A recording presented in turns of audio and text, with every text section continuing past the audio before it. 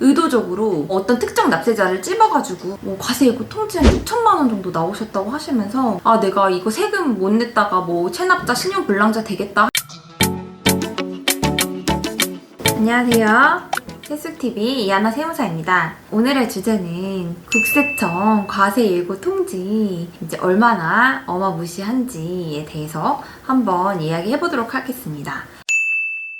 국세청에서 과세 예고 통지서 받아보신 적 있으신가요? 지금 이 영상 보시는 분들은 한 번쯤은 통지서를 받아보셨을 것 같긴 한데요. 요새 시대가 시대인 만큼 정부에서 굉장히 이제 복지 자금에 대해서 복지 정책을 많이 피고 있다 보니까 사실 그만큼 세수가 부족한 게 사실이에요. 복지 자금은 세수로 충당하는 거기 때문에 이제 세수도 많이 이제 걷어들이려고 굉장히 총동원해서 과세를 하려고 하고 있는 것 같은데요. 그러다 보니까 사실 이제 올해 제가 이제 최근에 가장 많이 겪었던 이제 과세 예고 통지서가 2018년도 종합소득세 무신고에 관한 것이었어요. 2018년도 무신고가 이제 날라오는 기간이 사실 뭐 언제가 될지 모르지만 내가 이거를 이제 받았는지 안 받았는지 아니면은 뭐 주소가 이제 내가 실거주지랑 다르게 돼 있으신 분들도 있으시잖아요. 이제 그런 분들은 혹시 내가 2018년도에 신고 안 한 게 없는지 한번 확인을 해보시고요.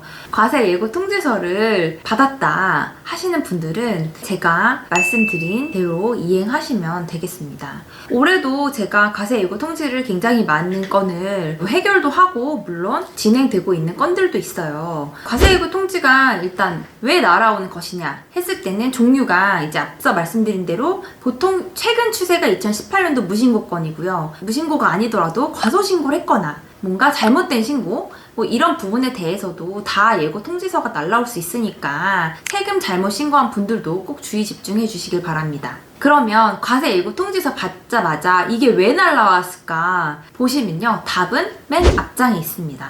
맨 앞장에 보시면요.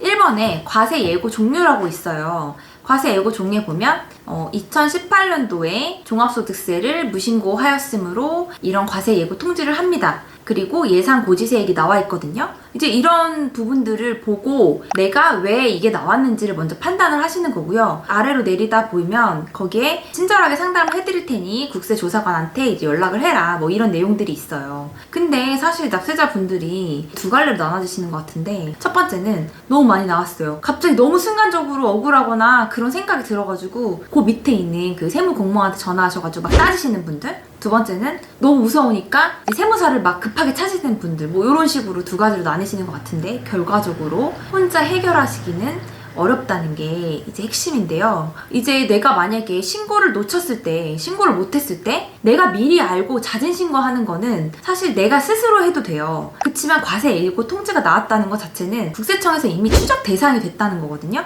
그렇기 때문에 예고 통지서를 보면 수익 금액이 나와 있을 거고 내가 2018년도에 얼마를 벌어들였다. 거기에 맞게 어떤 세금이 나와 있어요. 근데 실제로 생각했을 때 내가 5천만 원을 벌었는데 실제로 나는 그 사업에 필요한 경비를 쓴 게 뭐 5천이 넘을 수도 있고 그리고 뭐 4천만 원 쓸 수도 있어요. 근데 세금이 1천만 원 정도 나온 거예요. 받아들이실 수 있나요? 그게 굉장히 이제 억울해지는 상황이거든요. 억울해진 상황인데도 불구하고 세무서에서는 사실 이미 통지가 나갔기 때문에 내가 납세자 본인이 적극적으로 입증하지 못하면 사실상 그 과세 예고 통지는 유효하다 볼 수가 있어요.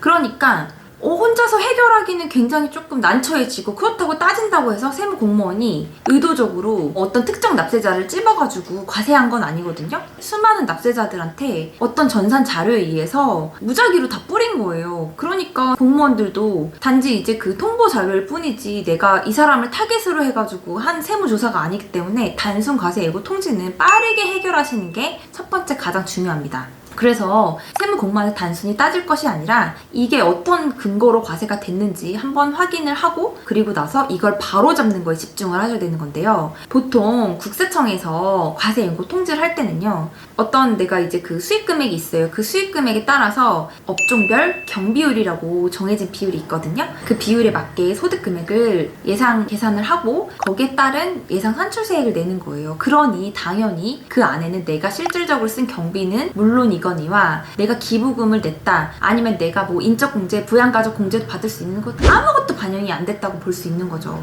그러면 당연히 바로 잡으셔서 실질 과세의 원칙에 따라서 정확하게 신고를 하셔서 절세를 하시는 게 핵심 포인트입니다. 그래서 단순히 뭐 그냥 따지고 난 이걸 뭐 받아들일 수 없다 그렇게만 주장하실 게 아니라 정말 빠르게 내가 그 통지서를 받자마자 세무사를 찾아가셔서 발빠르게 대응하셔야 합니다. 그래야 내가 억울하게 낸 세금을 반드시 절세해서 줄일 수 있는 부분이에요. 최근에 저한테 이제 어떤 사례가 있었냐면 어떤 분이 과세 예고 통지 한 6천만 원 정도 나오셨다고 하시면서 저한테 찾아오셨는데요.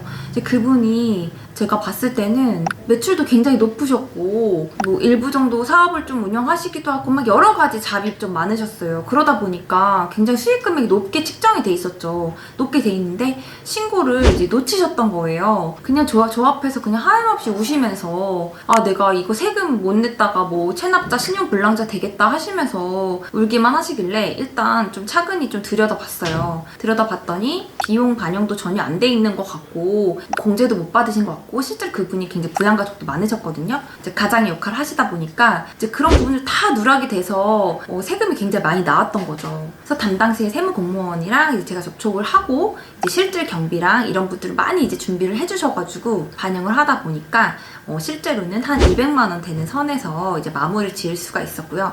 그만큼 이제 빠른 해결이 중요하고 해결하지 못하면 더 큰 문제가 발생하거든요. 세금도 폭탄이 나오지만 덩달아서 뭐가 오를까요?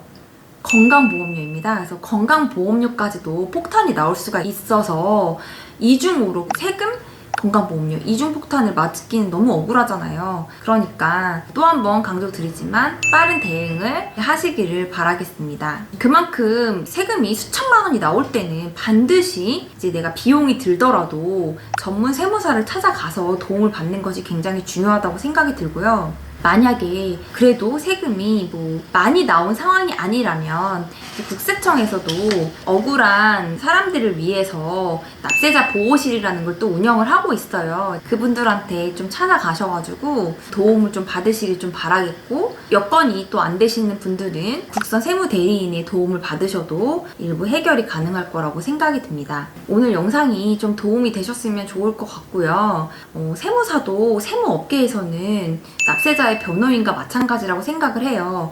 그러니까 이런 억울한 세금이 발생을 했다면 반드시 세무사를 찾아가셔서 이런 도움을 받고 빠르게 해결하셔서 더 큰 문제를 야기시키지 않을 수 있도록 모두 도움이 되셨으면 좋겠습니다. 오늘 영상은 여기까지 하겠습니다. 감사합니다.